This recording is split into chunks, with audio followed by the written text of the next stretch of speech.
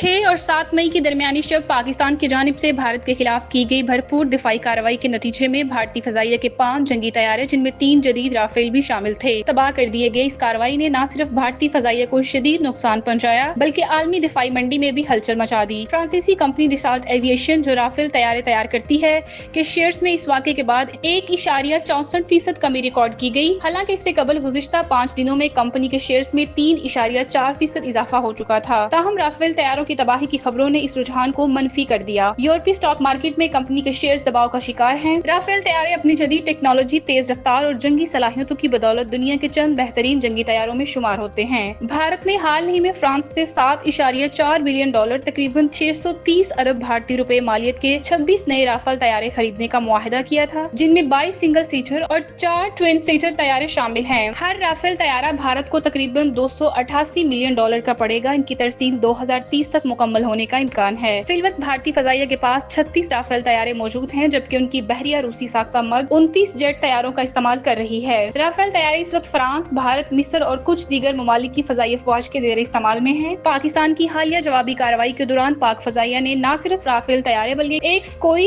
एक मग 29 और एक ड्रोन को भी निशाना बनाया है, जबकि भारत का ब्रिगेडियर हेडक्वार्टर भी तबाह कर दिया गया है। भारतीय हुकूमत की जानिब से इस हमले के बाद लाइन ऑफ कंट्रोल पर सफेद झंडा लहराकर शिकस्त तस्लीम करने की इतलात ने आलमी सतह पर भारत को शर्मिंदगी का सामना करवाया। ये वाकया न सिर्फ अस्करी बल्कि मौशी और सफारती सतह पर भी दोनों ममालिक के ताल्लुकात पर गहरे असरार डाल सकता है। तज्जियाकारों का कहना है कि अगर कशीदगी में इजाफा हुआ तो आलमी दिफाई सनत, खासतौर पर फ्रांसीसी दिफाई इदारों को सख्त चैलेंजेस का सामना करना पड़ सकता है।